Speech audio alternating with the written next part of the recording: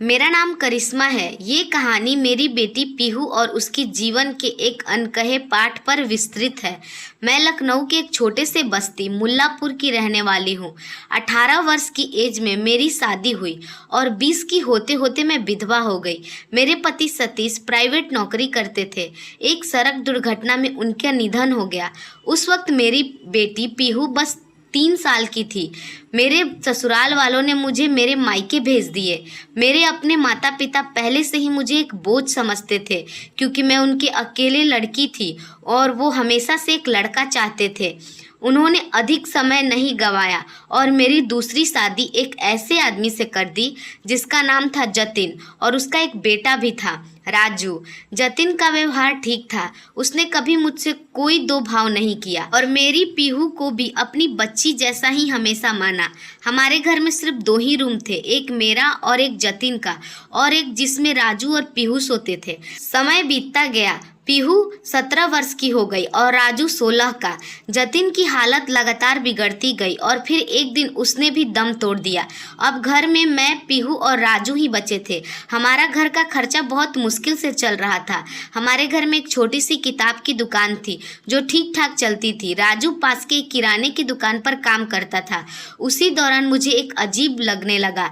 पीहू हर सुबह अपने बेड के चादर चेंज कर देती थी और बिना कुछ बताए जाकर उसे धो देती थी, चाहे उसकी तबीयत कैसी भी हो। कई बार वह बेहोश हो जाती थी, उसका रंग नीला पड़ जाता था।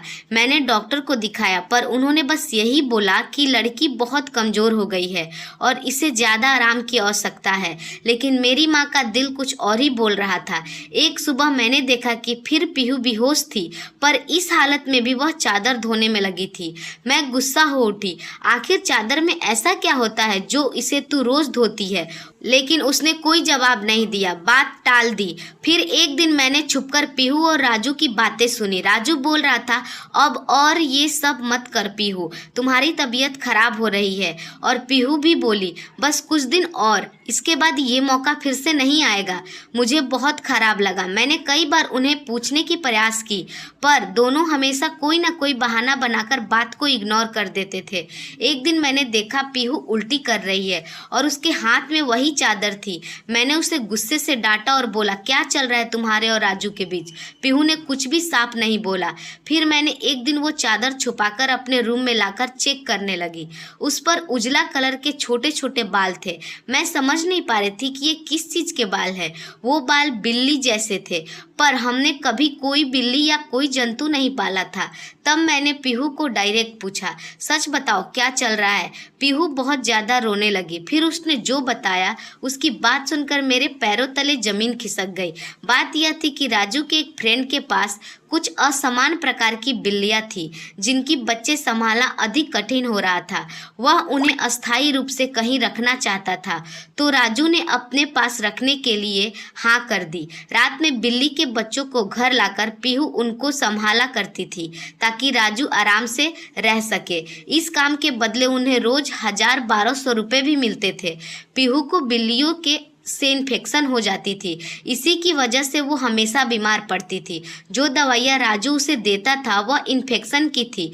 सवेरे चादर पर बिल्ली के बाल होते थे, इसलिए वो खुद छिपकर धो देती थी।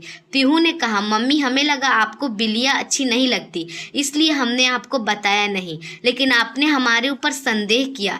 मैं खुद पर बहुत लज्जित थी। मैंने अपने ही बच्चों के ऊपर संदेह कर लिया।